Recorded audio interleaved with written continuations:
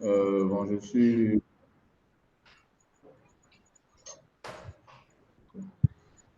suis un docteur en statistique et expert en études et puis statistiques. Bon,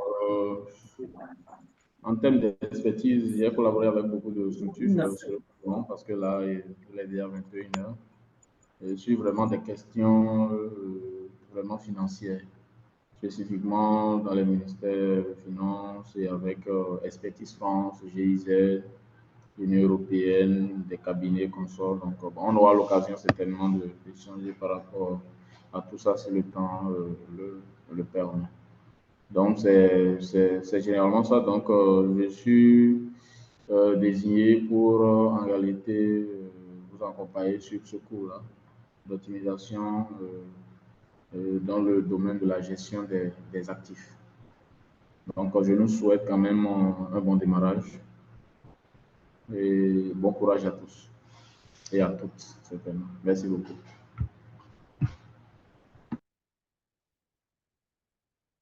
OK.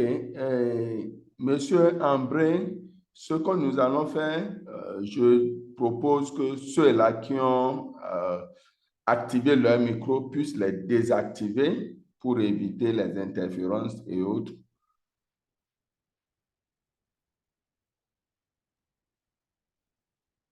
Alors, docteur, donc après cette présentation, vous avez déjà, j'ai partagé les grands domaines d'intervention du docteur Amoussou avec vous avant le démarrage de la formation. Docteur, vous avez à nouveau la parole. Vous pouvez partager votre écran pour qu'on puisse démarrer la formation proprement dite. Ok, merci beaucoup. Un grand merci. Donc là, je partage l'écran.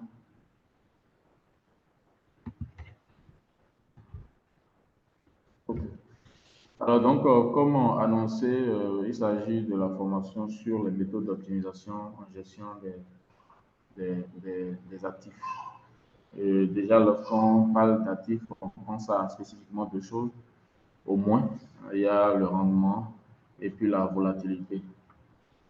La volatilité ici, en réalité, ce n'est rien d'autre que la variance des quatre types du rendement. Et déjà, lorsque vous avez un actif, c'est-à-dire que le rendement peut être suffisamment volatile. Et lorsque le rendement est suffisamment volatile, vous ne pouvez pas d'avance mesurer le risque que vous encourez pour en réalité mieux faire avec l'actif en question. Raison pour laquelle il est important d'étudier le risque et d'étudier le rendement. Donc voilà, de façon spécifique. Et dans ce premier chapitre-là, nous allons d'abord voir qu'est-ce qu'on appelle rendement, qu'est-ce qu'on appelle volatilité. Et dans la suite, on verra, bien entendu, comment est-ce que nous pouvons, pour un certain portefeuille donné qui est ici vu comme un ensemble donné d'actifs, comment est-ce que nous pouvons, euh, comment est-ce que nous pouvons déjà, ok, comment est-ce que nous pouvons en réalité déterminer le portefeuille qui a, ou bien un portefeuille qui a un rendement maximal et une volatilité suffisamment faible. Donc, nous allons développer des outils d'optimisation pour pouvoir voir dans quelle mesure avancer. Donc, dans ce premier chapitre, comme je l'ai dit, on va voir ce qu'on entend par rendement et ce qu'on entend par volatilité. Ah oui, la voix ne porte pas trop. Ok, d'accord, bon, d'accord. Ok. Très bien. Euh, donc, ici, dans ce premier chapitre, nous allons voir qu'est-ce qu'on appelle actif, qu'est-ce qu'on appelle portefeuille, et comment est-ce qu'on définit le rendement d'un actif, comment est-ce qu'on définit la volatilité. Je l'allais dire d'un portefeuille, il y a ici un ensemble donné de combinaisons d'actifs. Voilà. Donc, déjà, un actif, encore appelé actif financier ici, c'est n'est rien d'aucun titre transmissible et négociable sur le marché financier.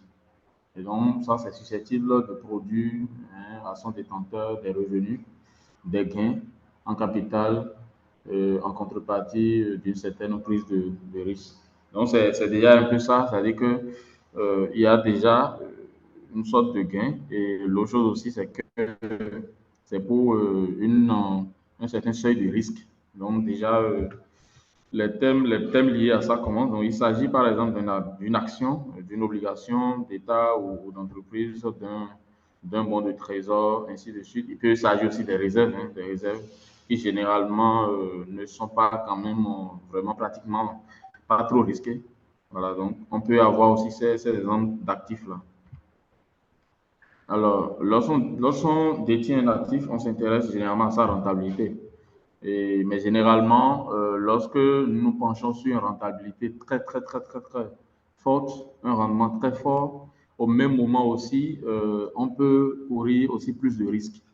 Et donc, on verra en réalité pour un investisseur modeste quel est le rendement idéal pour un certain risque vraiment minimal. Donc, on verra ça dans la suite. Donc, la rentabilité d'un actif est un indicateur de performance permettant d'estimer le taux de rentabilité de l'actif. Donc, elle permet aussi de savoir ce qu'un investisseur peut réaliser sur un actif. Voilà. Et aussi ce que ça peut lui rapporter. Donc, voilà. Donc, ici, nous allons parler directement du rendement. En réalité, un investisseur, un investisseur peut attendre comme rendement en investissant en réalité dans l'actif en question. Bon, de façon formelle, nous allons voir tout ça. Ça, c'est juste les définitions en réalité un peu, on verra quand même clairement du point de vue scientifique comment est-ce qu'on exprime le rendement et d'autres facteurs.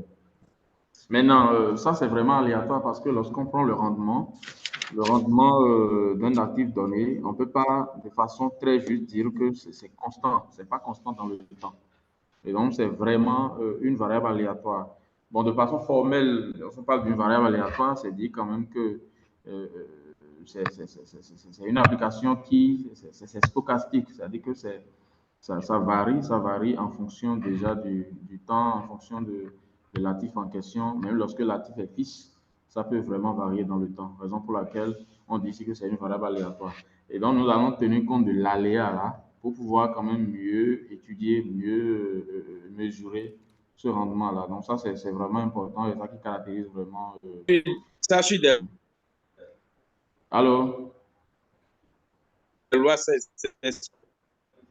Allô? Allô? Oui, vous avez une question? Non, bon, quand vous disiez que c'est stochastique, là, que... Oui. Oui, c'est stochastique, c'est dire que c'est une variable Bon, en aléatoire, fait, mais là, on peut c'est ce que ça voudra dire. je ne vous reçois pas bien, s'il vous plaît. Allô? Allô? Oui, oui, allô. Oui, allô, je vous reçois maintenant, allons-y. Oui. Mais moi, je Allô? vous reçois très bien. Est-ce que vous me recevez maintenant? Je vous Allô? reçois. Je vous reçois, je vous reçois. Allô, je vous reçois, je vous Donc, je disais reçois. que la statistique, c'est ce que j'avais Oui. dit ça sur des lois statistiques. Oui, oui. Ça suit des lois statistiques, bon, des lois de probabilité, certaines lois de probabilité. Ouais, c'est une variable aléatoire et derrière, il peut y avoir une loi de probabilité. Donc, Oui. si ce n'est pas constant, si c'est constant, en ce moment-là, bon, on l'étudie, on voit ça comme une variable aléatoire qui n'est pas en réalité totalement stochastique, mais c'est constant. Mais pour la plupart du temps, c'est vraiment aléatoire. Voilà.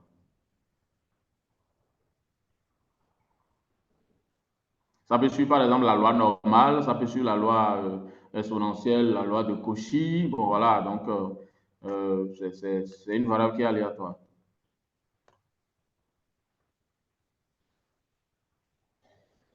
Autrement dit, c'est que lorsqu'on se déplace dans le temps, on n'est pas sûr d'avoir une constante.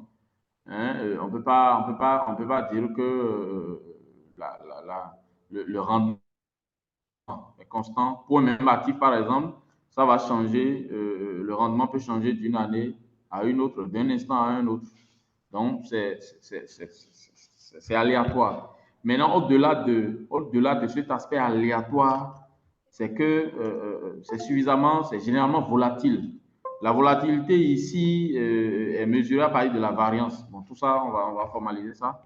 C'est-à-dire que lorsque vous prenez deux instants différents, vous allez constater que la variance que vous observez, par exemple, d'un instant T0 à un instant T1, n'est pas la même chose de l'instant T à l'instant T2 lorsqu'on conserve la même période. Voilà un peu. Donc, il y a un aspect de volatilité. Même déjà, lorsque vous consultez la courbe, vous allez voir quand même que vous avez une marge suffisamment petite au départ et à un moment donné, ça monte, après ça descend. Et donc, lorsque c'est trop volatile, ça ne permet pas déjà d'avoir vraiment beaucoup de courage pour investir parce que le risque est zéro.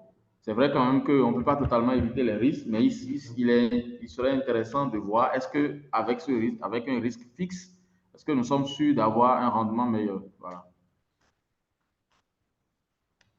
Je ne sais pas si vous avez compris un peu l'explication par rapport à votre question.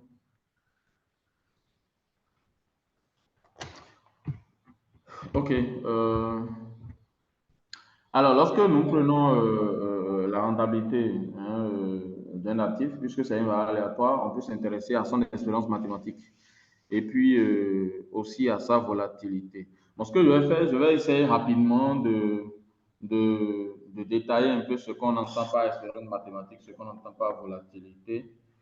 Je vais ouvrir juste un tableau blanc. Donc, j'ai un outil ici que je vais utiliser. Je vais voir rapidement, voilà. Ce qu'on entend par expérience mathématique, ce qu'on n'entend pas. Donc, je prends une variable aléatoire, is. Je prends une variable aléatoire, is. Voilà. Ok, donc je prends une variable aléatoire 46. Pourquoi ça ne sort pas?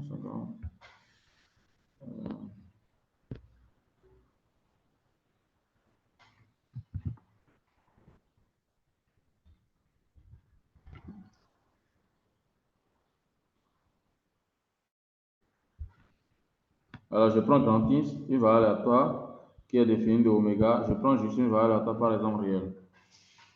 Donc, qui a petit oméga, je lui associe 36 de oméga. OK? Alors, je dis que c'est une variable aléatoire parce que ici, je prends ici la tribu borelienne, hein, la tribu engendrée par les ouverts de R. OK? Donc, je dis que c'est une variable aléatoire. Donc, une variable aléatoire, ça veut dire juste que, quel que soit l'ouvert que je prends dans R, hein, B ouvert, ok, j'ai en réalité ins moins 1 de B, qui est un élément de quoi? Donc, je prends au départ une tribu. Bon, on va rentrer dans cette formalisation, c'est pas trop grave. Ça, c'est juste pour donner la définition des variables aléatoires, c'est pas trop fort. Ne vous donnez pas de soucis par rapport à ces qu'on appelle formulation de variables aléatoires, c'est pas trop un problème. Alors, et donc, qu'est-ce que je fais? Le rendement ici, c'est une variable aléatoire. Je note R ce rendement-là. Qui a oméga, je lui associe, voilà, qui a oméga, à un petit oméga, on lui associe R de oméga. Alors, ce que je vais définir ici, c'est quoi? Je vais définir ce qu'on entend par expérience mathématique de la variable aléatoire quantique. Nous sommes d'abord dans la formalisation globale. Alors, si je prends une variable aléatoire, il y a deux possibilités. Soit la variable aléatoire elle est discrète, soit la variable aléatoire elle est continue. Et donc, dans le cas discret, qu'est-ce qu'on a? Dans le cas discret, donc je vais dégager un peu d'abord le tableau. Voilà.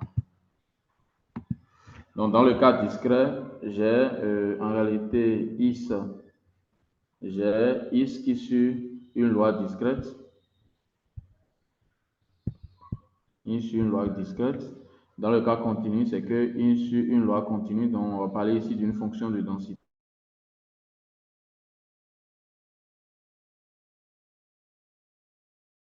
Normale, ça peut être la loi exponentielle. Ça peut être la loi exponentielle. Ça peut être la loi de Cauchy. And so on and so forth. La loi de Weibull. Voilà, tellement de lois. OK? Alors, donc, je vais prendre le cas où c'est discret. Si c'est discret, ça veut dire que si c'est discret, dans le cas où c'est discret, OK? Dans le cas où c'est discret, donc discret, alors là, qu'est-ce qu'on a? C'est caractérisé par quoi? Ins, I et PI.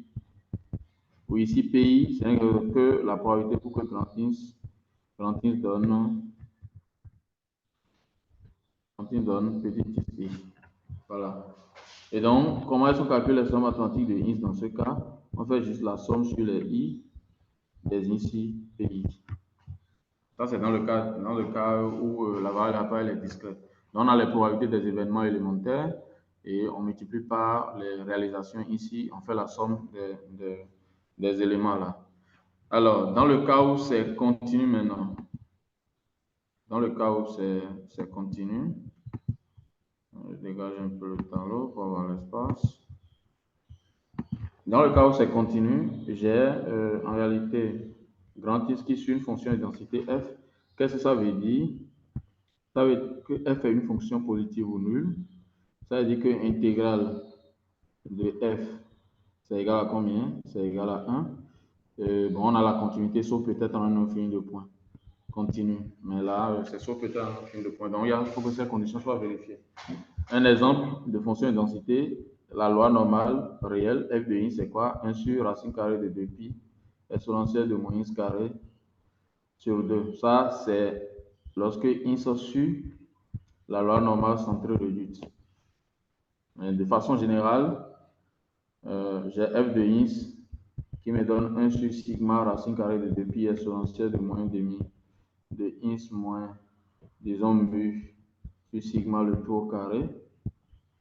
Et dans ce cas, je dirais que ins sur la loi normale de moyenne mu et de variance sigma carré. Voilà. On dit que la valeur aléatoire, elle est continue et à densité petit f. Dans ce cas, comment est-ce qu'on évalue l'expression mathématique de ins? L'expression mathématique de ins, ce n'est rien d'autre que l'intégrale ici sur R de ins fois la densité de grand ins de ins. Ici, f de ins, c'est ça qui est la densité de la variable aléatoire grand ins. Et pour observer la densité, c'est très simple. Hein. Je prends le cas du rendement. Lorsque je prends le cas du rendement, qu'est-ce que je fais? J'observe le rendement de l'actif. Nous sommes d'accord sur un certain nombre de périodes. Donc, j'ai rendement 1, bon, je ne vais pas noter, bon, R1, ce n'est pas grave. J'ai rendement 2, rendement 3, jusqu'à ainsi de suite. Et donc là, qu'est-ce que je fais? Je peux modéliser en réalité le rendement de l'actif. Étant donné que j'ai des observations du rendement, je peux modéliser le rendement des actifs. Je peux commencer par construire rapidement un histogramme pour voir un peu comment ça se comporte. Je soupçonne une loi et là, je passe peut-être à des tests non paramétriques pour voir si je peux confirmer ou infirmer si, par exemple, avec cette forme-là de la fonction de l'histogramme, si ça appartient à une loi normale ou pas. Maintenant, ce n'est pas une loi normale, on peut quand même déjà partir de la forme parce que là, on a la densité qui est comme ça. Ça permet déjà d'identifier en réalité la loi. Et voilà, donc l'expression mathématique est définie comme ça. Et donc, si nous connaissons la fonction de densité, on remplace juste la fonction de densité et puis ça nous permet déjà d'avancer. Spécifiquement dans ce cas-là, spécifiquement dans le cas de la loi normale centrée réduite, on demande que l'expression mathématique, dans ce cas-là, on demande que l'expression mathématique de ins, c'est égal à 0. Voilà. Donc ça, c'est la notion d'expression mathématique dans le cas discret, dans le cas continu. Maintenant, nous allons voir ce qu'on entend par aussi variance d'une variable aléatoire. Bon, là, j'ai mis ça dans les jeux de rappel parce que je suppose que ces notions sont connues, mais si ce n'est pas connu, là, on profite déjà pour rappeler ça. Ça permet à tout le monde d'être au même niveau. Donc, je prends une variable aléatoire grand X. Je prends une variable aléatoire grand X définie de oméga valeur dans R. Je prends juste une variable aléatoire réelle. Qu'est-ce que je désigne par la variance de X? La variance de X, ce n'est rien d'autre que, en réalité, une mesure, un indicateur qui permet de mesurer l'écart à la moyenne. Ça permet de mesurer l'écart à la moyenne. Et donc, qu'est-ce que je fais là? C'est rien d'autre que l'expression mathématique de grand X moins l'expression mathématique de grand X, le taux carré. Et là, d'après la formule de Koenig, on démontre que ça, c'est l'expression mathématique de X carré, ou l'expression mathématique de X le tout au carré. Voilà. Mais ça, on sait déjà calculer.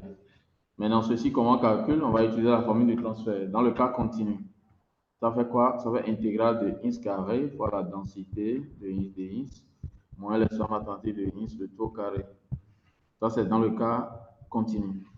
Et dans le cas discret, ça fera somme sur I des X carré PI moins l'expression mathématique de X le tout au carré dans le cas discret. Et voilà les notions. Maintenant, ce qu'on appelle ici volatilité, la volatilité ici, ce n'est rien d'autre que, ça c'est ça qui est noté le sigma carré, qui n'est que la variance. La volatilité, c'est le sigma, qui est l'écart type. Donc ici, c'est sigma, ce n'est que la racine carrée de la variance de X. Ça, la volatilité. Et donc, c'est cette notion que nous allons généralement maintenant utiliser lorsqu'il s'agit du rendement. Dans la suite, ce que nous allons utiliser comme variable aléatoire, c'est le rendement. C'est le rendement que nous allons manipuler. C'est le rendement que nous allons manipuler comme variable aléatoire. Et on doit pouvoir calculer l'expression mathématique. C'est aussi important de connaître aussi quelques propriétés de l'expression mathématique. C'est important de connaître quelques propriétés de l'expression mathématique. On peut rappeler ça rapidement. Déjà, il faut savoir que l'expression mathématique de la somme, il y a la linéarité de l'expression mathématique. L'expression mathématique de X plus Y, c'est l'expression mathématique de X plus l'expression mathématique de Y. Si je prends alpha, bêta des nombres réels, il faut noter que l'expression mathématique, bon, ok, je prends juste alpha X parce que j'ai de la linéarité en haut, c'est alpha fois l'expression mathématique de X. Et ce qui est bien, l'expression mathématique d'une constante donne la constante. Voilà quelques propriétés qu'il faut connaître sur les expressions mathématiques. Par contre, la variance n'est pas totalement la même chose. Si je prends variance de alpha x, le alpha sort avec un carré fois la variance de x. Ça, c'est déjà les spécificités. Et attention, variance de x plus y n'est pas égale, toujours égale à la variance de x plus variance de y. Donc voilà, ça c'est vraiment important. On a égalité dans le cas où x et y sont en réalité décorrélés. Décorrélés, c'est dire qu'il n'y a pas une corrélation entre les deux variables aléatoires. Donc, s'il n'y a pas de corrélation entre x et y, dans ce cas, la variante de x plus y donne variante de x plus variante de y. Maintenant, l'autre chose aussi, s'il y a l'indépendance, bon, on a aussi l'égalité parce que l'indépendance entraîne la. Et donc, voilà déjà quelques propriétés que nous allons manipuler. L'autre chose aussi, c'est quand même intéressant de savoir ce qu'on appelle, dans le cas vectoriel, ce qu'on entend par désormais la variance, c'est plus totalement la variance dans le cas réel, mais là maintenant, c'est une matrice de variance-covariance. Je prends par exemple un vecteur de variable aléatoire x, y. Comme on va constater tout à l'heure, on aura plusieurs actifs dans un même portefeuille. Et lorsqu'on a plusieurs actifs dans un même portefeuille, nous allons nous intéresser au vecteur des rendements de ces actifs-là. Donc, c'est important de savoir cela aussi. Donc, lorsque vous avez des variables aléatoires, je vais noter ici x1, x2. On peut savoir ce qu'on entend désormais par, ici, je note ça z. Je note ça z. Je vais voir ce qu'on entend par, je ne vais pas l'appeler variance, mais on parle maintenant de matrice de variance-covariance. Ce n'est rien d'autre que la matrice de variance-covariance. Okay. Donc, c'est cette matrice-là. Et donc là, ça fait quoi? C'est covariance de x1, x1, covariance de x1, x2, covariance de x2, x1, covariance de x2, x2. Et voilà. Maintenant, la covariance de x1, ce n'est rien d'autre que la variance. Ça, ce n'est rien que la. Ça va quoi? On va noter juste ça, sigma x, mais je mets carrément variance de x1. Et ici, ça, c'est la covariance x1, x2. La covariance, c'est une application qui est bilinéaire. On peut rappeler rapidement la formule de la covariance. La covariance xy, c'est rien d'autre que l'espérance mathématique du produit xy moins le produit des espérances mathématiques. Ce qu'on appelle covariance entre deux variables aléatoires réelles x et y. Donc ici, j'ai la covariance entre IS1 et IS2, covariance entre IS1 et IS2. Ici, j'ai covariance entre toujours IS1 parce que c'est bilinéaire symétrique. C'est-à-dire que j'ai covariance de IS de IS1, c'est encore la même chose que covariance de IS1 et IS2.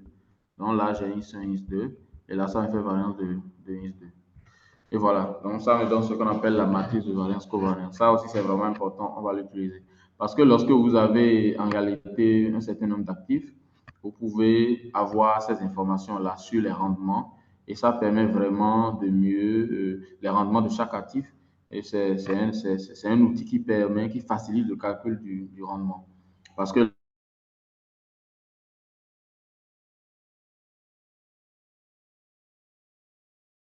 avec cette matrice de variance-covariance, pour évaluer directement la volatilité, la variance et la volatilité. Donc, c'est vraiment important de connaître ces notions-là. Bon, là, c'est quelques rappels, je pense, sur les notions de variable aléatoire, expérience mathématique, variance et cas type. Alors, on revient au cours.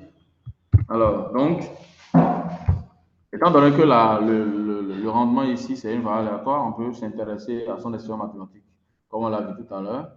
Et l'expérience mathématique renseigne sur le niveau de performance moyen de l'actif. Moyen ici parce qu'on passe à l'expérience mathématique. On prend l'expérience mathématique. L'expérience mathématique, et donc c'est ça qui renseigne sur vraiment la moyenne.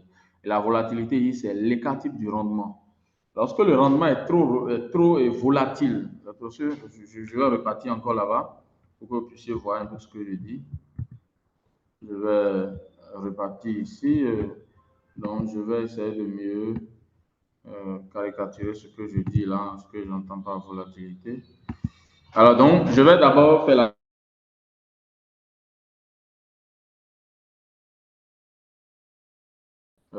par exemple, je prends un repère comme ça. Ça, d'accord? Je prends un repère comme ça et à des instants donnés, qu'est-ce que j'ai? Je prends par exemple ici qui donne ça. Ici, j'ai 0, là, j'ai 1 et 2. Vous voyez là que c'est constant. Quel que soit ce qui se passe sur l'axe des abscisses, on voit quand même que si ceci désigne la courbe du rendement, vous voyez que ça, c'est constant.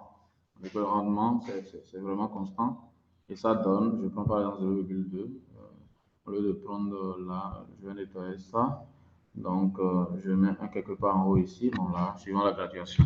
Et donc voilà, là, c'est dit que c'est constant. Mais si c'est variable, vous devez voir quand même que ça doit être vraiment variable. Un truc comme ça, par exemple. Vous voyez, voilà. Vous voyez un peu que ça varie dans le temps. Vous voyez, lorsqu'on avance, ça varie, et puis ainsi de suite. En ce moment-là, on ne peut pas dire que c'est déterministe. Maintenant, la volatilité ici, c'est quoi? La volatilité, c'est dire que au-delà de cette variation-là, je préfère nettoyer ça pour vraiment travailler ici. Regardez par exemple cette situation.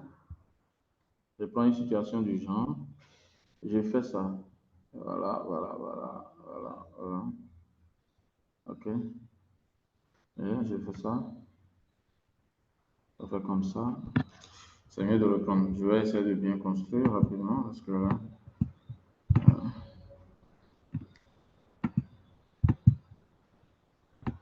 Voilà. Je reprends ça carrément ici. Qu'est-ce que c'est fait? Voilà, très bien. Alors donc, ça commence comme ça fait comme ça. Et boum, ça fait ça. Ça descend et puis, vous voyez. Après, ça fait comme ça. Et puis, vous voyez. Regardez un peu ici. Regardez là. On a deux périodes là. Vous voyez. On a deux périodes. Alors, regardez bien, lorsqu'on est dans cette période-là, la volatilité peut être mesurée à l'aide de l'écart là. C'est-à-dire, on peut voir la volatilité comme l'écart là, en fait. Ça donne genre une certaine variation. OK? Mais lorsqu'on est dans la deuxième période, regardez un peu ce que ça donne. Vous avez un truc comme ça. Donc, ça change dans le temps. Ça change d'un instant à un autre, ça change. C'est un peu comme vous prenez, comment appelle-t-on? Je prends juste par exemple un producteur de maïs. Un producteur de maïs. et il produit son maïs. Avant de produire le maïs, il se demande si franchement, est-ce que après récolte, il pourra vraiment vendre ça cher pour avoir un retour sur investissement. Il se pose ces questions. Et là, c'est une question vraiment sérieuse parce que d'avance, le dit, c'est compliqué parce qu'on ne maîtrise pas totalement les situations dans lesquelles, en réalité, on peut se retrouver après récolte. Voilà. Et donc, ça veut dire quoi? Lorsque vous allez sur un marché, aujourd'hui, vous allez voir que si le prix est fixé, par exemple, à 150, demain, ça peut passer à 160, demain ou après-demain, ça peut passer à 180. Après, on peut vous dire que c'est revenu à 120. Et puis, vous voyez un peu.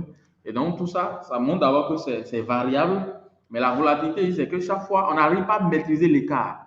On n'arrive pas à maîtriser vraiment l'écart. Entre deux instants, c'est vraiment volatile. Ça change d'une période à une autre.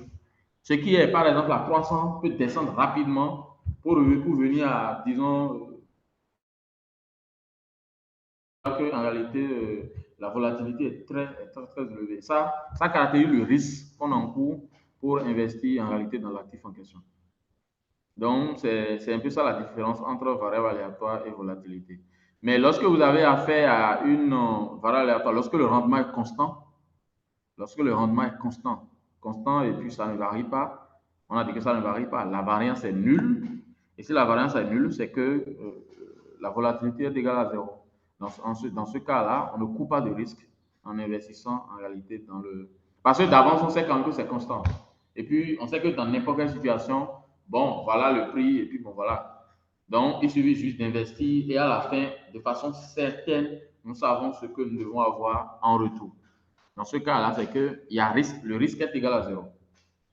Voilà. Donc, c'est vraiment important de maîtriser clairement la différence entre une variable aléatoire et puis la volatilité. La volatilité de la variable aléatoire, ici le rendement. Alors, donc, on va avancer.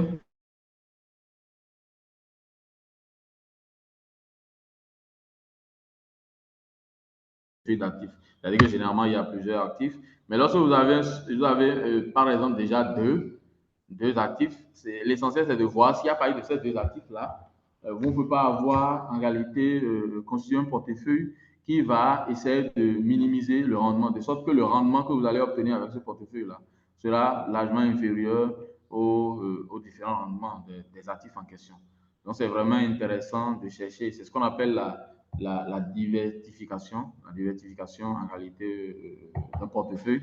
Et ça permet vraiment, pour un risque fixé, d'avoir un rendement maximal et pour un rendement fixé, de prendre un risque en réalité minimal. Donc, c'est vraiment important. Alors, dans un portefeuille, comme on l'a dit, c'est une collection d'actifs constituée par un acquéreur et qui lui rapporte, suivant le niveau de risque encouru, positif ou négatif. Il peut y avoir des pertes. Donc, l'essentiel, c'est de s'arranger pour ne pas, en réalité, avoir des pertes. Parce que là, déjà, lorsque on se donne un certain risque, comment est-ce que nous allons faire pour maximiser vraiment le rendement? Donc, on verra, il y a beaucoup de théories qui existent déjà dans la littérature et qui sont retracées déjà dans le programme que nous allons essayer d'étudier dans la suite. Donc, voilà, on a parlé déjà de ça. Parce que, voilà.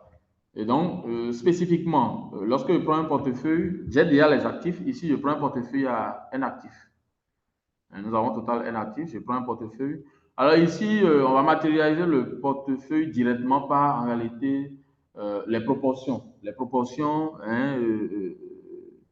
des actifs qui, en réalité, constituent le portefeuille en question. Donc, on note INSEE, INSEE, en réalité, les proportions, les parts, en réalité, des actifs que nous utilisons pour constituer.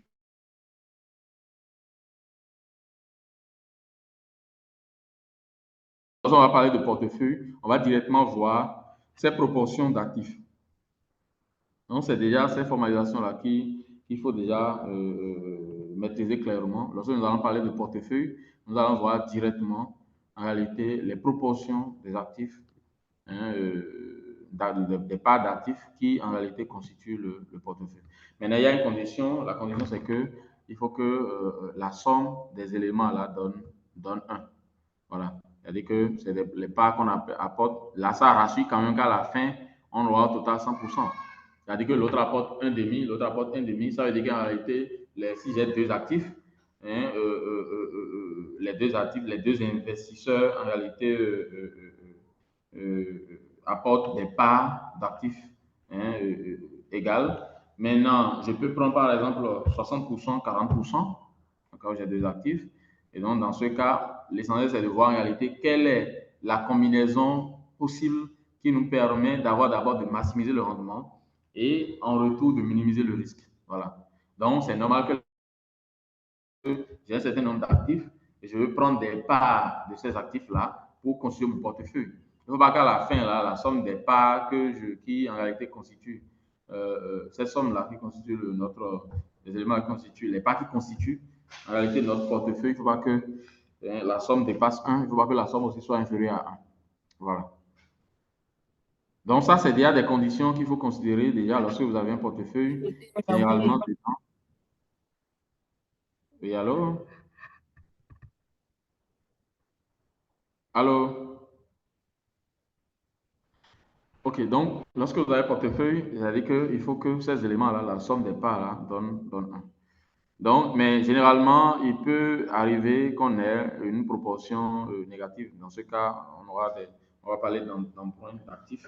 Et dans ce cas, les proportions sont vues comme des éléments qui sont négatifs. Bon, on verra ça quand même aussi en profondeur. Et là, avec ces notions d'actifs et de portefeuille que nous venons d'introduire, qu'est-ce que nous appelons spécifiquement? C'est vrai qu'on a donné la définition de rendement de façon intuitive, mais des actifs, bien entendu, mais qu'est-ce qu'on appelle rendement maintenant d'un portefeuille? N'oubliez pas qu'un portefeuille ici maintenant, c'est vu directement comme les proportions, les parts en réalité des actifs que nous mettons dans le portefeuille en question. Mais qu'est-ce que nous allons appeler rendement de ce portefeuille-là? Voilà. Et donc, connaissant la constitution d'un portefeuille, parce qu'on a déjà les actifs, on a les proportions lorsqu'on a notre portefeuille, on peut évaluer son rendement et sa volatilité. Donc, on va désigner par R le rendement hein, d'un portefeuille, INS 1 jusqu'à INS N. Maintenant, lorsque je prends les actifs aussi ont leur rendement, les actifs ont leur rentabilité. Et donc, par conséquent, comment est-ce que nous définissons comment est-ce que le rendement est défini? Le rendement, ça va être directement la somme I allant de 1 à N des R ici. Donc, c'est cette combinaison linéaire-là des rendements des actifs qui nous permet déjà d'avoir le rendement total. Ça, c'est directement une moyenne, hein, parce que lorsque j'ai au total un actif, et chaque actif a hein, une part en réalité dans le portefeuille. Et donc, j'utilise ces parts-là pour pouvoir définir le rendement. Dans le cas où, par exemple, les parts sont tous égales, on aura directement quoi? 1 sur n, somme I allant de 1 à n des R ici. Donc, ce que je dis, je vais vous montrer ça très rapidement. Voilà. Donc, ce que je dis ici, c'est que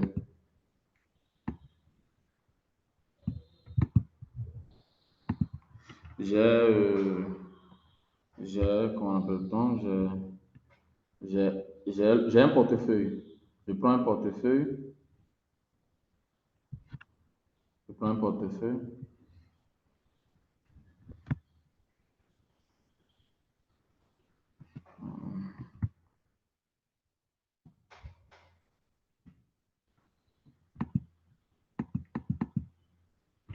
Je prends un portefeuille.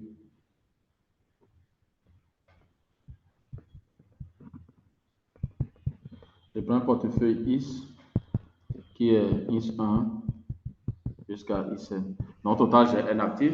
IS1 représente la part de l'actif numéro 1 dans le portefeuille, IS2 la part de l'actif numéro 2 dans le portefeuille, ainsi de suite. Je vais prendre un cas concret où n est égal à 2. N est égal à 2. Dans ce cas, IS sera quoi? IS1, IS2.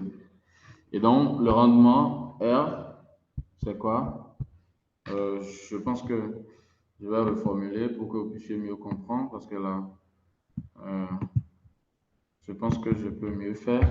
Et donc, qu'est-ce que je fais? Je prends un premier actif. Actif 1. Donc, si je prends l'actif 1, en réalité, je désigne par R1 son rendement. R1, le rendement. Le rendement de l'actif 1. Donc, après, j'ai l'actif 2. J'ai R2. le rendement de l'actif 2. OK? Maintenant, qu'est-ce que je vais appeler? Je considère maintenant mon portefeuille. Portefeuille, je me considère mon portefeuille IS. Donc là, c'est la part des actifs que je vais essayer, je vais mettre ici. Je vais IS 1, IS 2. Donc, qu'est-ce que j'appelle maintenant rendement de ce portefeuille-là? C'est rien d'autre que la somme I allant de 1 à N. Mais je ne vais pas le dire ici d'abord. Mais rien d'autre que le rendement du premier actif fois la part. Mais si vous voulez, je prends la part fois le rendement, c'est la même chose.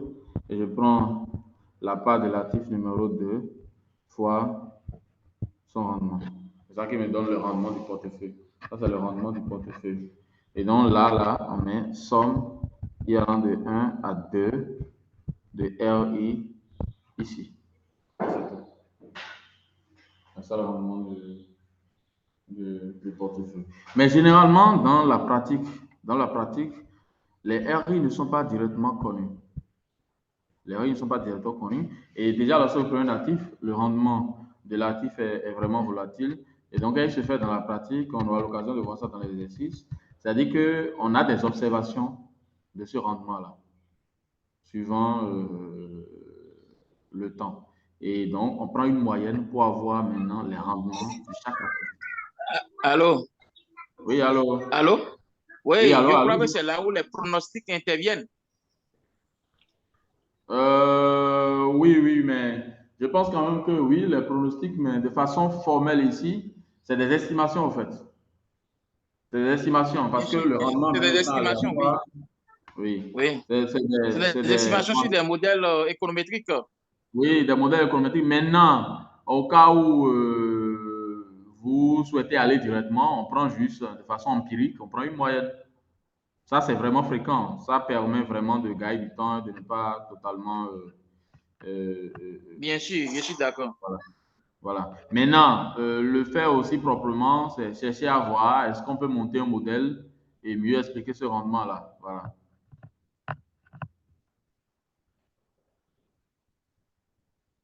Donc, il y a la méthode empirique, il y a aussi une méthode qui consiste à faire une modélisation et mieux expliquer en réalité le rendement de l'actif en question. OK, donc ça, comme je le dis, dans la pratique, ce n'est pas généralement connu et on procède à une estimation et puis ça permet d'avoir les rendements. Alors, et donc, ça, c'est une variable aléatoire. Donc, ce que nous allons appeler en réalité maintenant rendement, hein, le rendement moyen, ce n'est rien d'autre que l'espérance mathématique. C'est l'espérance mathématique de R. Parce que R est une variable aléatoire. Ici, R est une variable aléatoire. Je vais dégager le tableau.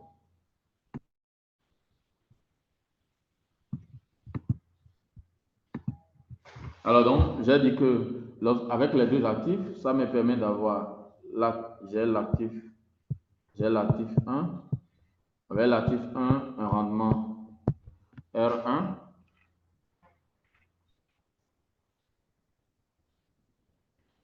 Alors, avec l'actif 1, j'ai un rendement R1 et avec l'actif 2, j'ai un rendement R2. Maintenant, avec mon portefeuille, j'ai R qui me donne quoi? R qui me donne IS 1, R1 plus IS 2, R2. Alors, donc, ce que je vais appeler maintenant euh, le portefeuille, je vais mettre ça quelque part ici. Le portefeuille, c'est IS égale à IS 1, IS 2. Ça, c'est mon portefeuille. OK? Ce que je vais appeler maintenant rendement moyen. Je vais noter ça ici, R ins, c'est pour dire rendement moyen du portefeuille ins. C'est un recueil l'espérance mathématique de R. Mais regardez bien ce qui va se passer. On l'a dit tout à l'heure. Ça va être mathématique de quoi? Somme I allant de 1 à N. OK?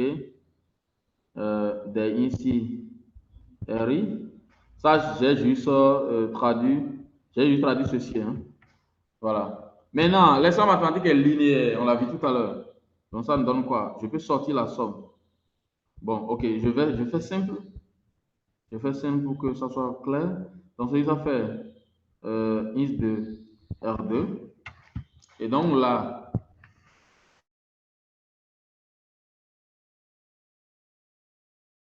mathématique de INS1 R1 plus l'expression mathématique de INS2 R2. Mais dans tout ça, qu'est-ce qui est aléatoire? Dans ceci, ce qui est aléatoire, c'est R1. Dans ça, ce qui est aléatoire, c'est R2. INS1 et INS2 sont déterministes. Tout à l'heure, on a vu que l'expression mathématique de alpha INS, c'est alpha l'expression mathématique de IS. Donc, ça fait quoi? Ça fait INS1, l'expression mathématique de R1 plus INS2, l'expression mathématique de R2. Voilà. Et donc, avec ça, je dirais que le rendement de INS, c'est égal exactement à la somme des INSI fois l'expression mathématique des RI. Voilà. Et donc, voilà le rendement. Donc, l'expression mathématique, là, comme je le disais, on peut prendre directement la moyenne empirique. La moyenne empirique, en suivant les... Si on a des observations, on fait ici de l'estimation de Monte Carlo, l'expression mathématique de RI, directement, on prend ça comme 1 sur si j'ai au total grand N observations, ça va être somme I allant de, je ne vais pas mettre encore I allant de 1 à grand N de RIJ.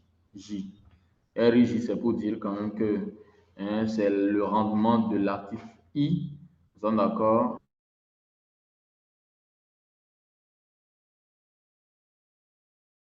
Le rendement, on remplace et ça permet de calculer le rendement du portefeuille. Mais déjà ici, il faut faire une remarque.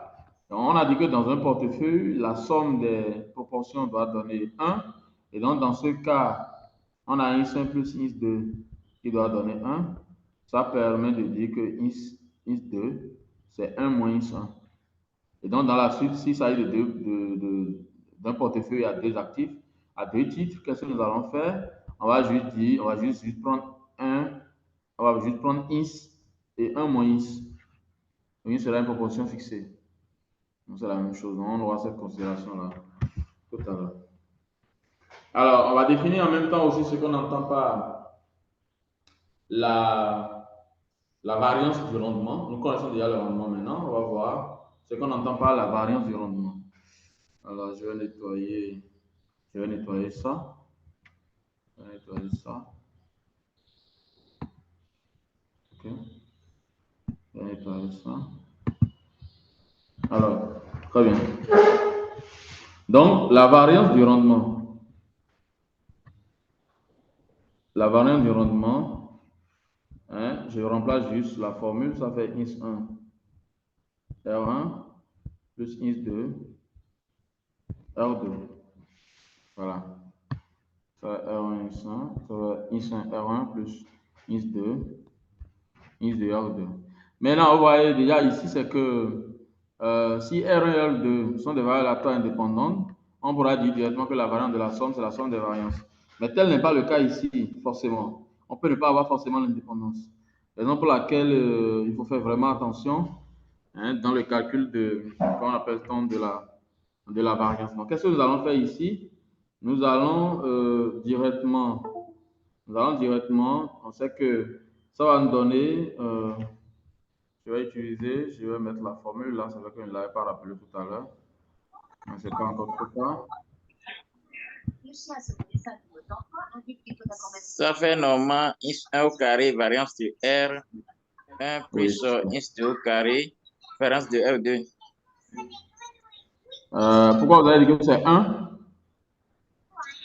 Il a dit INS1 au carré, variance de R1 plus INS2 au carré, variance de R2. Non, c'est pas totalement ça. Ça, c'est dans le cas où les deux actifs sont décorrélés. On verra ça tout à l'heure. Ok, d'accord. Oui, il faut voir la non-corrélation d'abord. Voilà, c'est ça. Il faut la non-corrélation. Donc, c'est quand même déjà bien. On va voir ça ensemble. Et donc, qu'est-ce que nous allons faire ici, là? Ce que je vais utiliser, c'est quoi? Variante de IS. Variante de IS, ça, c'est la formule que nous allons utiliser. Variante de IS, c'est encore la covariante de IS. Tenez-vous tranquille.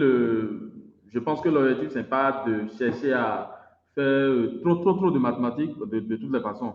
Je pense quand même que vous n'aurez pas totalement besoin, vous aurez besoin des formules, mais pas totalement aller à fond. Mais chercher à aller à fond, c'est toujours bien. Donc, ne vous donnez pas trop de soucis. Ça, c'est quand même pour revoir Je un peu crois quelques que c'est expressions. pour aller à la matrice de variance-covariance. Oui, on peut aller, oui, voilà, on peut aller vers la matrice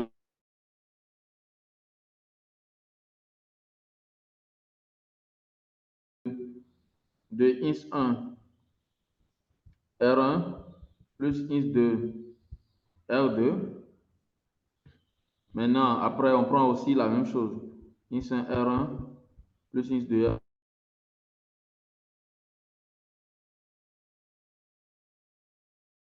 La covariance est bilinéaire symétrique. La covariance est bilinéaire symétrique, donc on peut faire les développements. Donc, ça fera ceci et ça. Covariance entre ça et ça. Après, covariance ça et ça. Après, covariance ça et ça. Après, covariance ça et ça. Covariance de R est égal à présent à covariance entre INS1 R1, INS1 R1 plus covariance entre INS1 R1, INS2 R2 plus covariance entre INS2 R2, INS1 R1 plus covariance entre INS2 R2 et après INS2 R2. Alors, on peut maintenant avancer. Si je prends le premier, les éléments qui sont aléatoires, c'est R1, R1, R1. Donc, on peut sortir INS1 deux fois, ça fait INS1 au carré. Donc, c'est ce que vous venez de dire tout à l'heure. Mais la base covariante de R1, R1, on a vu que c'est la variance de R1, comme vous l'avez dit. Hein. OK? Donc, on a fini avec ce thème-là. On peut aussi finir avec le dernier thème. Donc, ici, ça va donner aussi, comme le premier, ça va donner INS2 au carré fois variance de R2. Mais vous voyez que ça reste maintenant ce qui est au milieu. Ce qui est au milieu, si on observe bien, la covariance étant symétrique, c'est la même chose qui s'est répétée deux fois parce que c'est juste les positions là qui changent.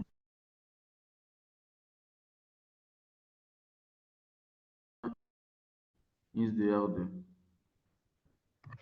Alors, et donc avec ça, qu'est-ce que ça nous donne? Bon, je nettoie tout ça. Hein. Avec ça, on dira que la variance de R, ça fait quoi? La variance de R, ça fait alors IS1 fois variance de R1 plus IS2 fois la variance de R2 plus maintenant 2 fois IS2. C'est bon, non?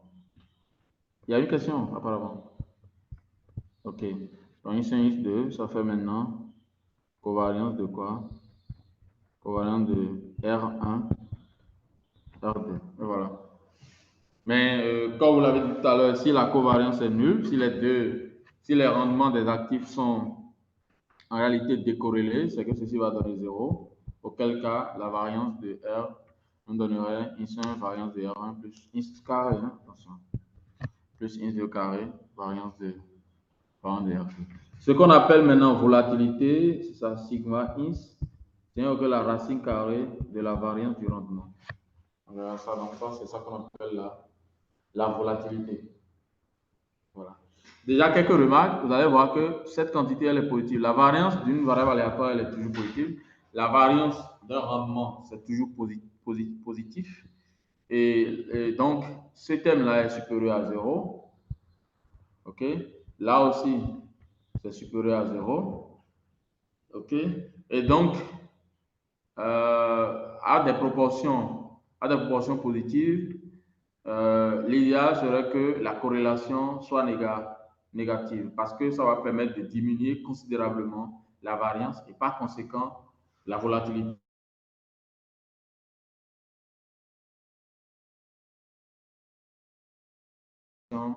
Une corrélation. Je dis corrélation parce que la corrélation généralement notée ρ entre R1 et R2, ok, c'est que la covariance entre R1 et R2 divisé par les variances. Je vais noter ça. Euh, sigma 1, sigma 2 divisé par les écarts types. Voilà. Corrélation, très bien. Donc, ça va être sigma 1, sigma 2. Donc, ça veut dire quoi? Lui, les écarts types sont positifs. Et donc, si nous avons une corrélation négative d'office, si nous avons une covariance négative d'office, la corrélation, elle est aussi négative. Et donc, ça permet déjà... En fait, lorsque je dis que la corrélation, du point de vue pratique professionnelle, purement professionnelle, lorsque je dis que la corrélation elle est négative, ça veut dire que les deux varient, pas dans le même sens, mais dans un sens opposé. OK? Dans un sens contraire, au fait. Lorsque le rendement de l'article numéro 1 augmente, le rendement de l'article numéro 2 diminue. Et lorsque le rendement de l'article numéro 1 diminue, le rendement de l'article numéro 2 augmente. C'est ça qui caractérise au fait la corrélation. Lorsque vous avez une corrélation qui est positive, ça veut dire que les deux varient dans le même sens. Et donc, si vous avez un actif, si vous avez un portefeuille dont les parts qui sont en réalité, qui constituent votre portefeuille, si ces parts-là sont positives, le mieux, c'est de chercher à avoir des actifs qui ne varient pas dans le même sens. Si les actifs varient dans le même sens, ça ne vous permet pas d'avoir directement un risque faible. Le risque sera plus élevé. Donc, c'est toujours intéressant d'avoir en réalité des actifs qui varient dans le sens contraire. Okay. Alors donc, dans le cas maintenant de ce qu'on vient de faire, c'est dans le cas où n est égal à 2, on ajoute deux actifs qui forment le portefeuille.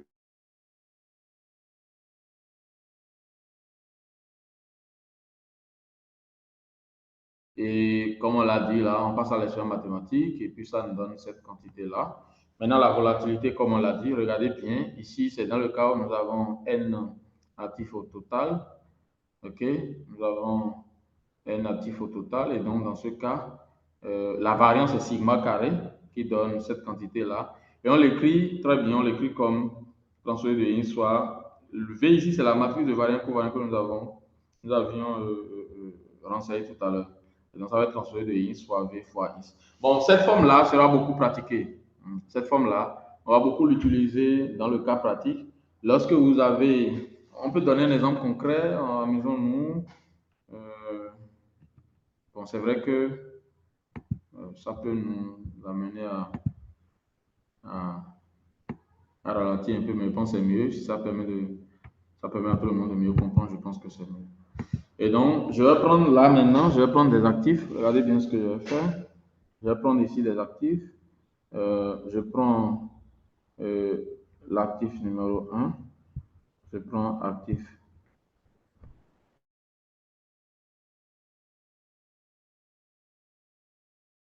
Ici, je prends actif numéro 1. OK.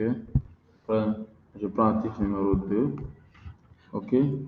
Alors, qu'est-ce que j'ai? Je prends ici rendement. Le rendement c'est R1 là.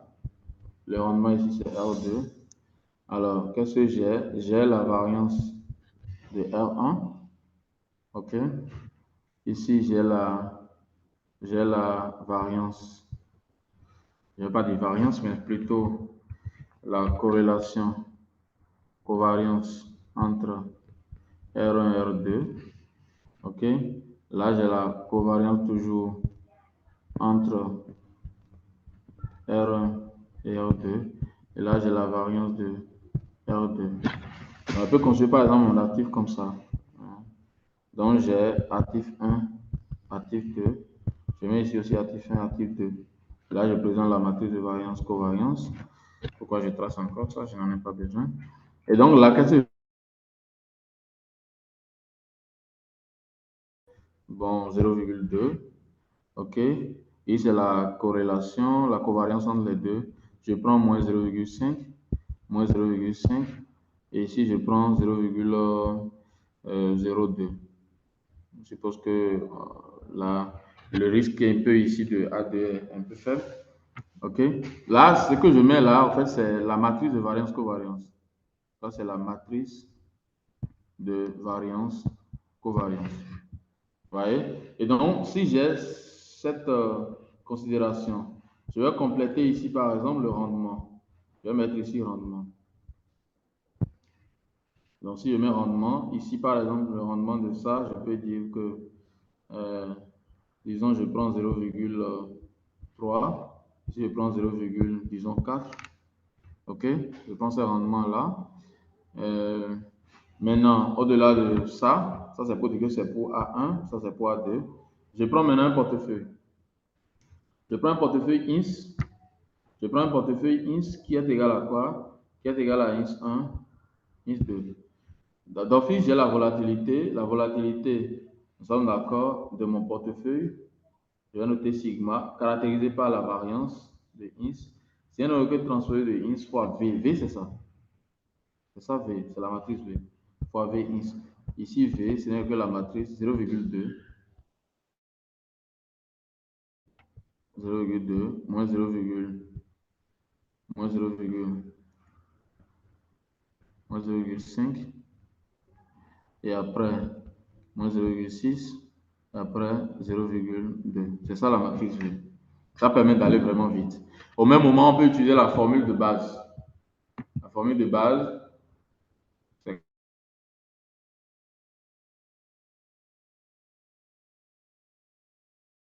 c'est que sigma de INS au carré, c'est que quoi? Ça fait INS 1 carré fois quoi? Fois, ça fait le premier élément, c'est 0,2. J'ai besoin de la variance, c'est déjà aussi ça, la variance. Plus maintenant quoi? Je prends la variance de l'autre, ça va 0,02 fois INS 2 au carré. Ça d'accord? Plus 2 fois maintenant. INS 1, INS 2, fois quoi? Fois la corrélation. Ici, c'est pas bon ce que j'ai fait. Oui, c'est bien 5 que j'ai mis là. Parce que ça doit être la même chose. C'est une matrice qui est symétrique. Donc, fois la corrélation, donc autant mettre ici directement moins. Fois 0,5. Donc, ça va me donner 1 ici. Donc, au clair, ça me donne 0,2 fois INS 1 au carré, plus 0,02 fois INS 2 au carré, moins INS 1, INS 2. Sigma INS carré. Voilà. Donc, c'est ce que ça donne dans ce cas.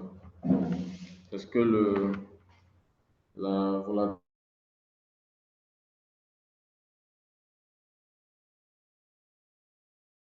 Il faut juste prendre la racine carrée de cette volatilité-là.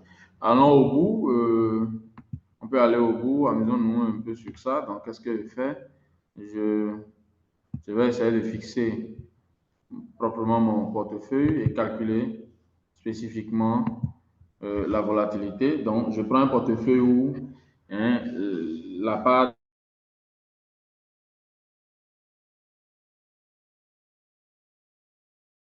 INS 1 égale à INS 2 égale à 0,5.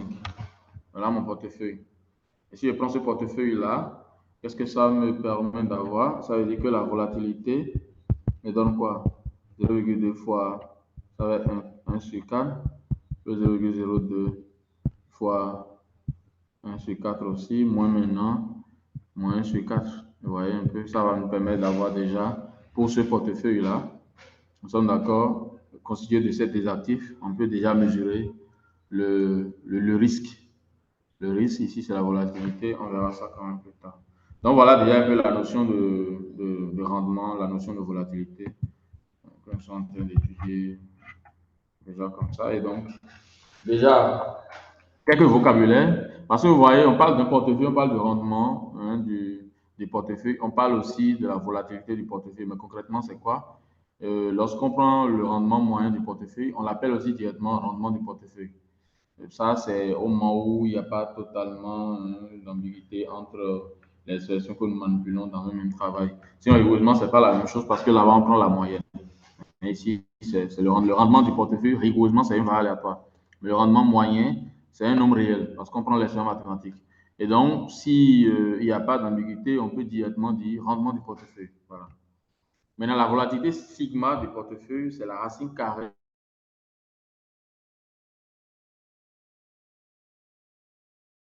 Il faut vraiment souligner cela. La volatilité, c'est la racine carrée de la variance du rendement. Le rendement, c'est une variable aléatoire. On calcule sa variance et on prend maintenant la racine carrée pour avoir la volatilité du portefeuille. Donc, ce qui est volatile et que nous voulons observer, c'est le rendement. Parce que de toutes les façons, lorsqu'on a un actif, on regarde directement le rendement. C'est ça qui est vraiment important. Maintenant, au même moment, en regardant le rendement, on peut, si on oublie le risque, on peut aussi avoir des problèmes à la fin. Mais le risque est mesuré sur le rendement. On mesure le risque est mesuré sur le rendement. Donc, le risque, ce n'est rien d'autre que l'écart type du rendement. Autrement dit, ce n'est rien d'autre que la racine carrée de la variance du rendement. Voilà. C'est-à-dire que voilà, la dispersion autour de la moyenne. Voilà. Alors, et donc, la volatilité d'un portefeuille est aussi appelée risque du portefeuille. Voilà. Donc, ce que nous appelons risque du portefeuille, c'est rien d'autre que la volatilité du portefeuille. Et la volatilité du portefeuille, c'est rien d'autre que la racine carrée de la variance du portefeuille.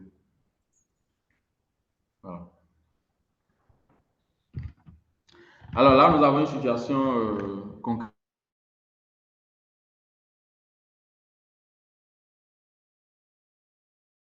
Lorsque je prends INS de j'ai un portefeuille à 2 actifs. Donc, le portefeuille, c'est d'office INS 2. Mais étant donné que la somme donne 1, on peut tirer le premier en fonction du deuxième. Et on l'a dit en haut. Donc, je peux, comme c'est 2 actifs, je peux mettre directement INS1 moins INS. Donc, ça nous permet directement de rechercher INS si nous cherchons un portefeuille quand même qui nous permet d'avoir un risque minimal et un rendement maximal. Voilà. Au lieu d'avoir qu'il y a une condition supplémentaire qui dit que la somme des parts doit donner 1. Voilà. Alors, donc ici, on émet une hypothèse. On suppose que le rendement du premier actif sur la loi normale de moyenne 1 et de variance 0,1 et le rendement numéro 2 sur la loi normale.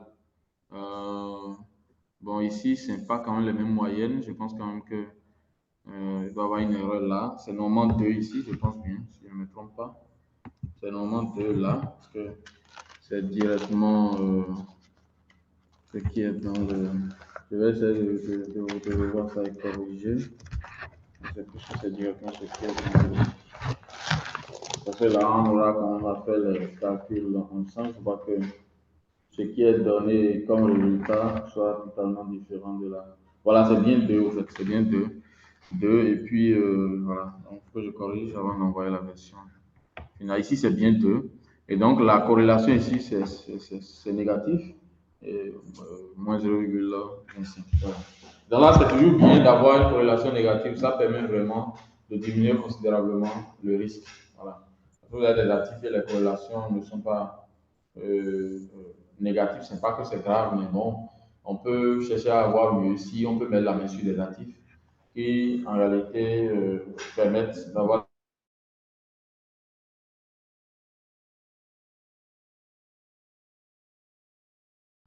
observer suivant des périodes, calculer la covariance, on verra ça sur Excel et si possible sous le logiciel, comment est-ce qu'on évalue ça. Alors, donc la première préoccupation, c'est de déterminer le rendement de ce portefeuille-là. Alors, donc, amusons-nous sur le tableau là, rapidement.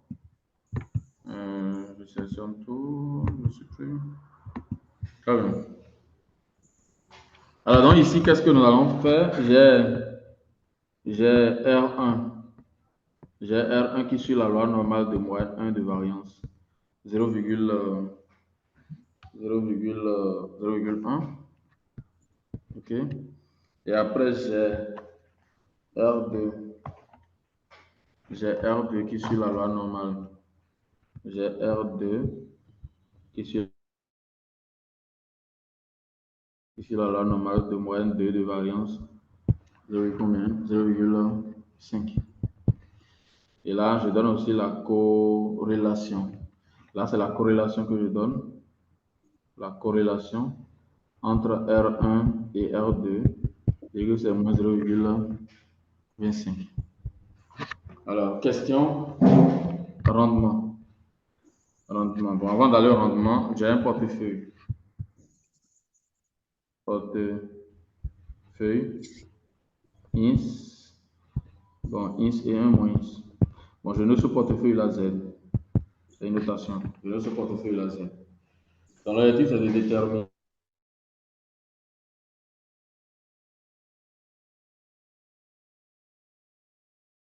Rendement. OK?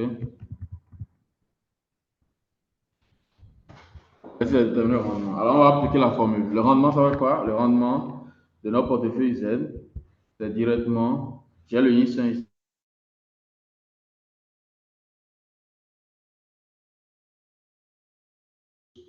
La deuxième proportion qui est 1 moins X fois les sommes mathématiques de R2.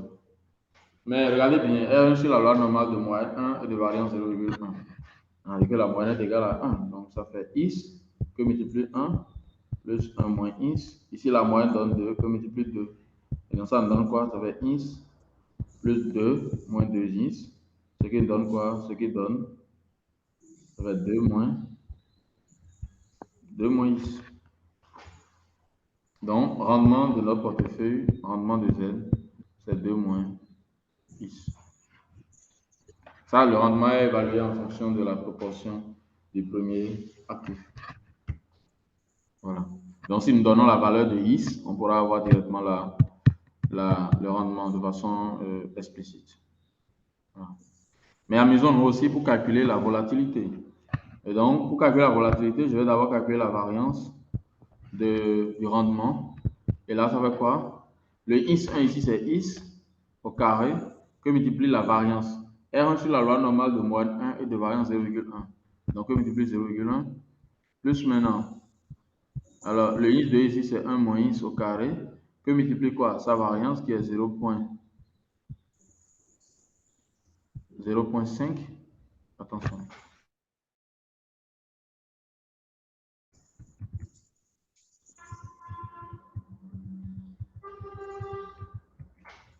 Donc, voilà, 0,5.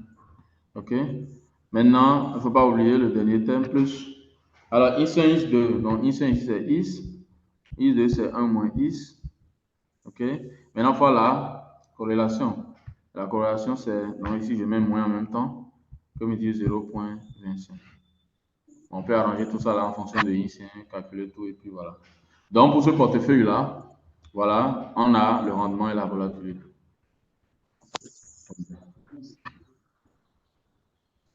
De la même manière, on peut calculer ça avec la matrice de variance-covariance.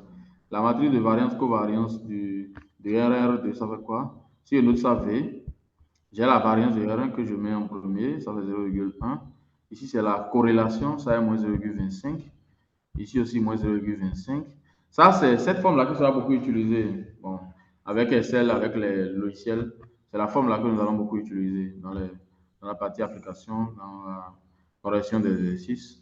Et donc là, ça fait quoi? Ici, ça fait la variance de R2, ça est 0,5. Et donc, comment je fais? Je vais dégager cette partie-là. Je peux dégager parce que...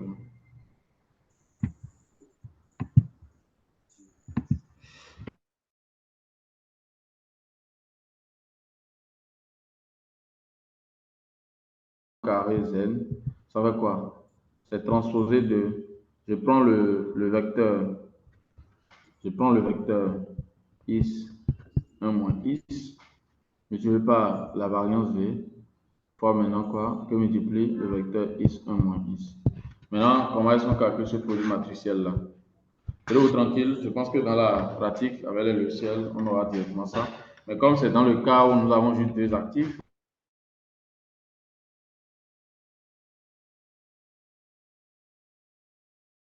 X 1 moins X, ça fait quoi? Ça fait ici 0,1, 0,25, moins 0,25, 0,5, que multiplie X 1 moins X. Oui, allô?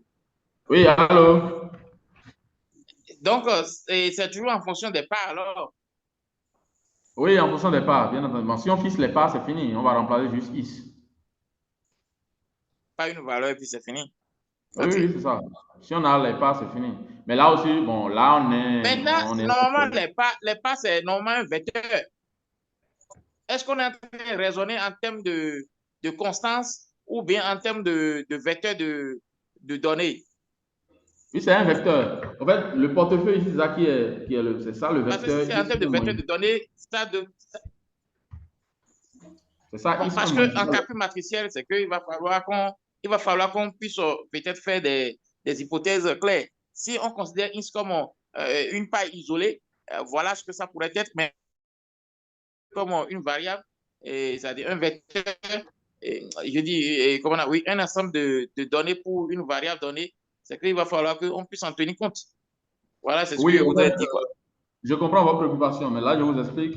Je sais pourquoi vous le dites, parce que tout à l'heure, on a désigné un portefeuille par is. Tout à l'heure, qu'est-ce qu'on a fait? On a dit soit is égale à is1, is2, is3. Et là, c'est un vecteur. Mais dans ce cas, le is ici n'est Voilà. pas un vecteur. Notre is ici n'est pas un OK. vecteur. Je suis avec un Donc, portefeuille l'hypothèse, qui a. Oui, au fait, ici, c'est un exemple concret où j'ai un portefeuille qui a deux actifs. Et donc, le portefeuille, c'est ici, normalement, is1, is2. C'est ça, normalement, mon portefeuille. Maintenant, comme c'est un portefeuille, nous avons vu que la somme des proportions doit donner 1. Et donc, comme bien ça veut sûr, dire quoi? Ça veut dire que is2, ce n'est que 1 moins is1. bien sûr. Donc, mon portefeuille devient alors is1, 1 moins is1. Et un moins un, oui. Voilà. Mais là, qu'est-ce qu'on a fait là? On a juste posé is1 égale à 1 is. Et c'est avec ça qu'on a de travailler. C'est-à-dire, on a posé OK. is1 égale à is. Au lieu de là, on a mis is, on peut voir ça comme is1. Non, bon, c'est parce qu'on a, comment on appelle, c'est que quand on se On regarde avait dans la démarche d'itération, c'est que ce n'est plus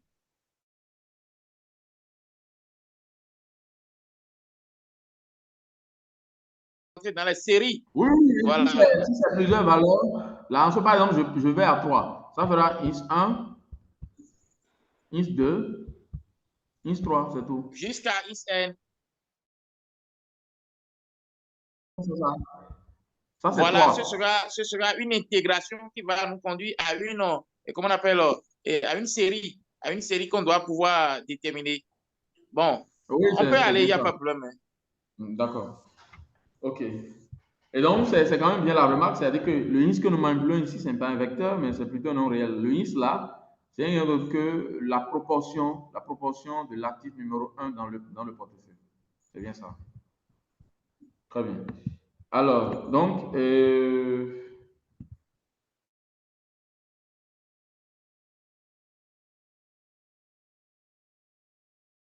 ça fait quoi? Ça fait, donc je fais le produit matriciel, ligne, colonne, c'est ça, hein? OK? Là, c'est une matrice de type 2, 2 lignes, 2 colonnes. Là, c'est une matrice de type 2 lignes, une colonne. Donc, si je combine les deux, j'ai une matrice de type, ouais, on supprime ça. 2, 1. Donc, j'ai 2 lignes, une colonne. Donc, j'ai ça calculé. Alors, donc là, qu'est-ce que je fais? Je combine, ça fait 0,1 fois que multiplie ins, plus maintenant, mais ça va moins 0,25 que multiplie 1 moins ins. Et le deuxième élément donne quoi?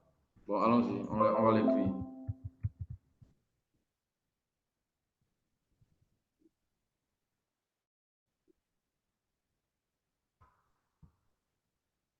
Donc, ça nous donne 0,1 is moins 0,25, 1 moins is. Et si ça me fait moins 0,25 is plus 0,5, 1 moins is. Voilà. Donc ça, dans ce vecteur-là, ça c'est juste v fois is 1 moins is. Maintenant, on va prendre l'autre partie. On va prendre l'autre partie. Et donc, bon, ceci n'est pas dedans. Ça, c'est pour expliquer ce qui est là, hein. Donc, on va considérer ça. Alors, donc, ça fait quoi? J'ai maintenant la transposée de is 1 moins is que multiplie v is 1 moins is qui donne quoi? Ça donne, là maintenant, ça fait le vecteur ligne is 1 moins is que multiplie cette partie-là, que multiplie 0,1 is moins 0,25 1 moins is. Et si ça me fait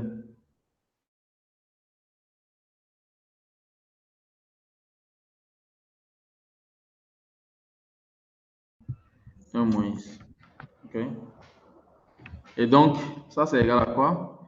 Ça va être ceci que multiplie ça. OK? Que multiplie ça.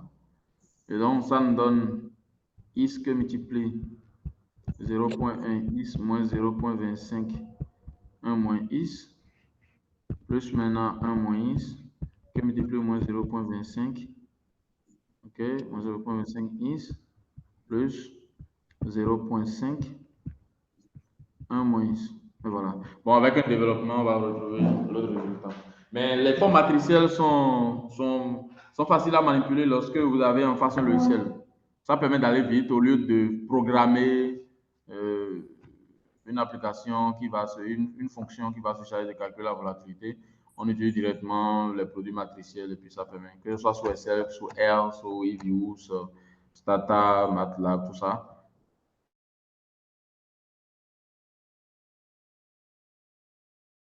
Très bien.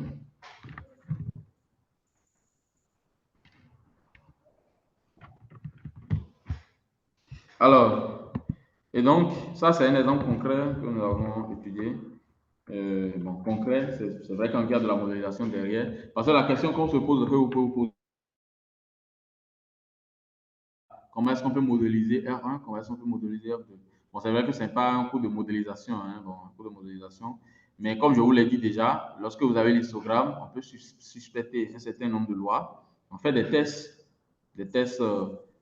statistiques, tests paramétriques, non paramétriques, tout ça, pour pouvoir en réalité rejeter ou accepter un certain nombre d'hypothèses. Et ça permet vraiment d'avoir tout ça. Lorsque vous avez le vecteur des rendements, monter un modèle, je pense que généralement, il faut juste appuyer ça des tests pour confirmer. Ne pas dire juste que ça sur la loi normale en l'air, mais quand même avoir suffisamment d'arguments scientifiques pour pouvoir dire que oui, le rendement sur la loi normale de moins 1 de variance 0,0. Voilà. Donc, ça, on a calculé le rendement du portefeuille, ça donne 2 moins x. Et la volatilité donne racine carrée de cette quantité-là. Et donc, avec ce qu'on vient de faire comme calcul, il suffit juste de bien regrouper les choses. Et puis, vous avez directement ce résultat-là. Très bien. Alors, ici, c'est un exemple vraiment aussi très intéressant. On considère un portefeuille à deux actifs toujours. On peut écrire X1 moins X et de rendement respectif R1 et R2 et de volatilité respective sigma 1 et sigma 2. Et donc là, on va supposer que la corrélation donne moins 1. L'objectif, c'est de voir, de déterminer en réalité le portefeuille qui nous permet d'avoir un risque nul. Autrement dit, qui nous permet d'avoir une volatilité égale à 0. Ça, c'est ce qui est vraiment... et ça, c'est vraiment intéressant. Ça prouve quand même que lorsque nous avons en réalité des actifs, on peut chercher à voir, nous sommes d'accord, on peut chercher à...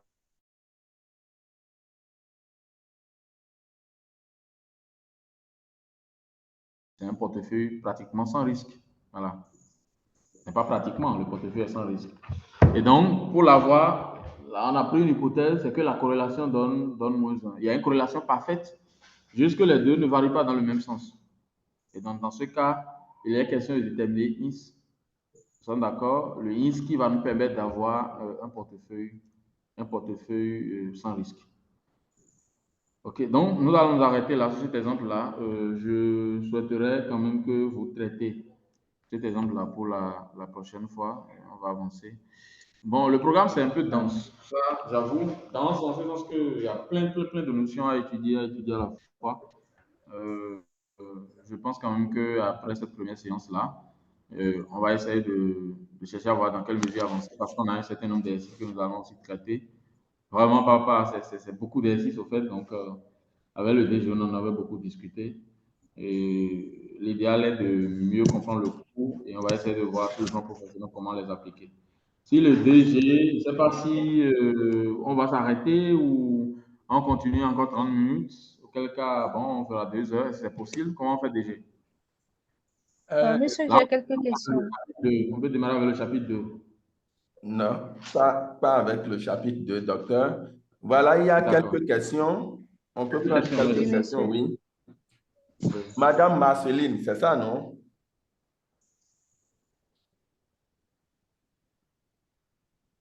Allô? Ah, ou bien Allô, c'est Charlotte? Charlotte. Ok, Charlotte. Oui. J'ai trois questions en fait. OK.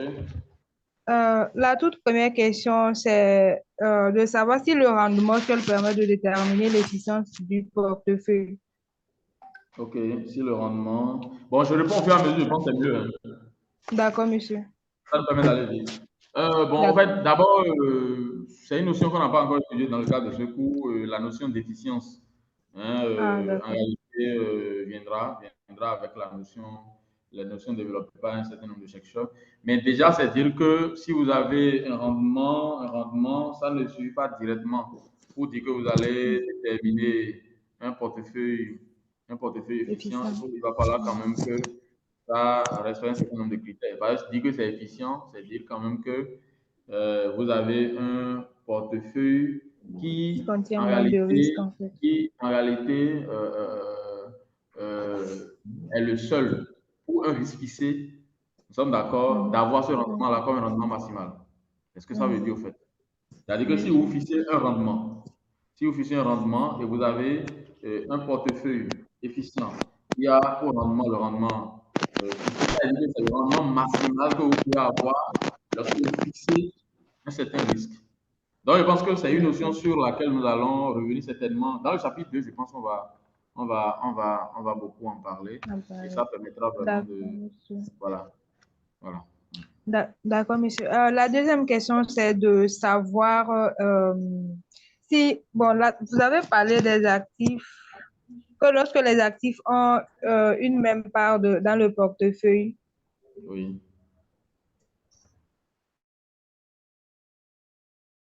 thématique. Je ne sais pas si j'ai bien suivi la partie. Oui, oui, oui, exactement. Bon, au fait, c'est une manière de, de dire quand même que la formule du rendement, c'est pas une.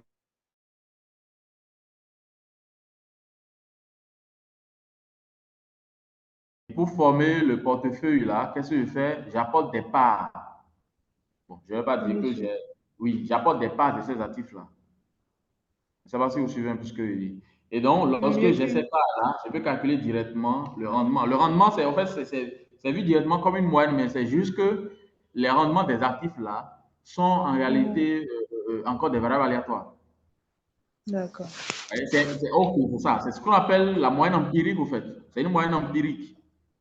D'accord, C'est-à-dire monsieur. que Allô? les. Oui, allô? Oui, normalement, si c'est les mêmes proportions, ça veut dire que la covariance serait nulle. C'est ça en réalité. Non, non, non, non, non. La Non, covariance, c'est pourquoi? La covariance, c'est c'est. En une fait, notion différente. la proportion n'a rien à voir avec le rendement. La covariance ici est évaluée par rapport au rendement, en fait. Ouais, c'est un peu Ah, ça la d'accord, d'accord. différence. Oui, oui, oui, oui, c'est vrai, c'est vrai. C'est C'est-à-dire par rapport au que, rendement. Oui. Et non voilà, tout ce pas, que c'est nous bon. appelons Oui, c'est vrai. covariance, c'est par rapport au rendement. Donc, en fait, c'est une manière,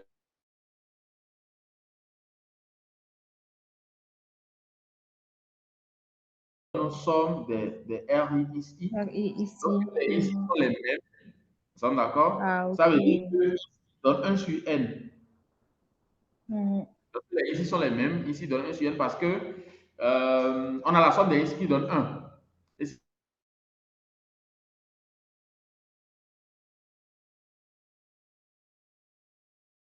on l'avoir D'accord. directement, 1 sur N somme des RI.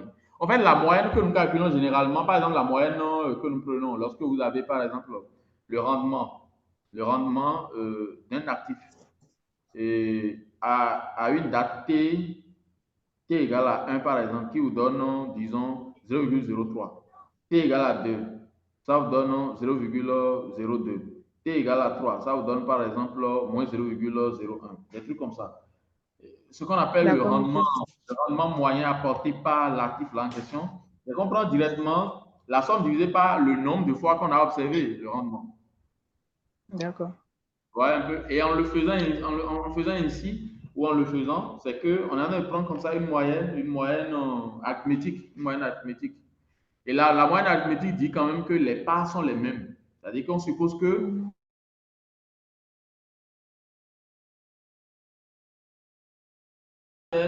euh, uniforme. Voilà, il y a un aspect uniforme. Donc, lorsque je dis que dans le portefeuille, les proportions sont les mêmes, je tiens à dire alors que les actifs sont uniformément distribués dans le Uniformément portefeuille. distribué, d'accord.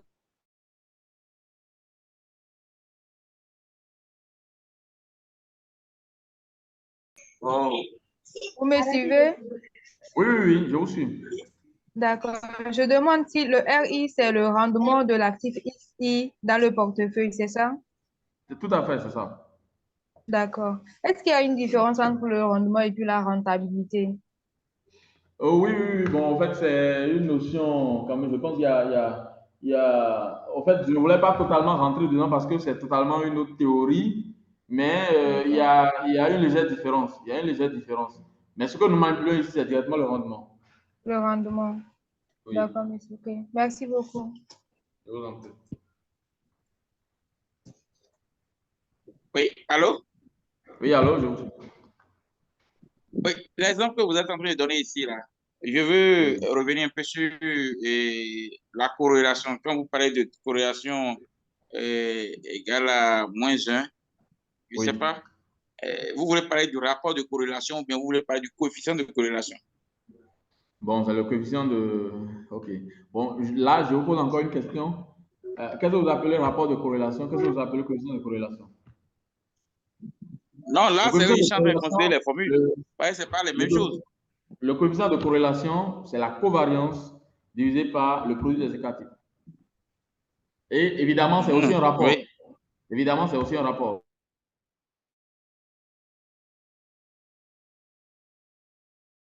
c'est de ça là que vous parlez.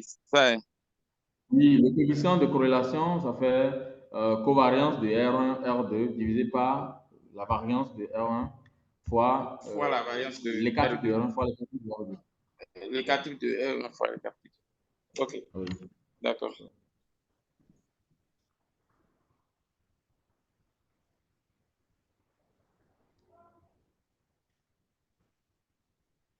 OK, est-ce qu'il y a une autre préoccupation? Je pense que le DG va se charger certainement de vous envoyer le premier chapitre, vous aurez l'exemple à la fin, et puis, bon, à la prochaine séance, on va traiter et continuer. Est-ce qu'il y a d'autres D'accord, préoccupations? monsieur. D'accord, merci à vous, docteur, pour cette présentation. Merci également à tous les participants. J'ai remarqué qu'il y a un silence. Je tiens quand même à vous rassurer que au fur et à mesure qu'on va avancer dans le programme, on va trouver des astuces, des logiciels et surtout Excel pour réduire la dose de mathématiques qu'il y a. Ne soyez pas intimidés, ne soyez pas intimidés par ces développements mathématiques-là. C'est toujours bien de partir de la théorie, des démonstrations pour aboutir à l'essentiel qu'on doit retenir dans la pratique. Alors, s'il n'y a pas d'autres préoccupations, je crois que nous allons mettre un terme à la séance de ce soir. On va se retrouver prochainement pour aborder le chapitre 2. Mais avant d'aborder le chapitre 2, on va consacrer quelques 20 minutes, les 20 premières minutes, pour prendre les questions. Je vais vous envoyer l'enregistrement vidéo de la séance. Ça va vous permettre de relire, de retravailler encore les différentes notions. Et s'il y a des questions, on pourra les prendre très rapidement en début de la prochaine séance avant d'aborder le chapitre suivant. Je vois certaines personnes qui sont connectées, mais que je ne connais pas. Sandwich Marceline, est-ce que vous pouvez vous présenter? Je vois Hien Ba Sandwich Marceline.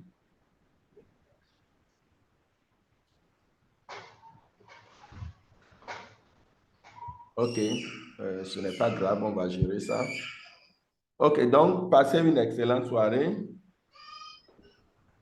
Merci, monsieur. Ok. Excellente soirée à vous Merci. aussi. Alors, donc, ça fait à quand? Merci à tous. Merci. La session Alors, prochaine. ça fait à quand, s'il vous plaît? Ça fait à Quand la question mercredi. posée. Ça fait à mercredi. D'accord, merci. Oui. Mercredi à la même heure. Hein? D'accord, monsieur. Ok, au revoir. Oui.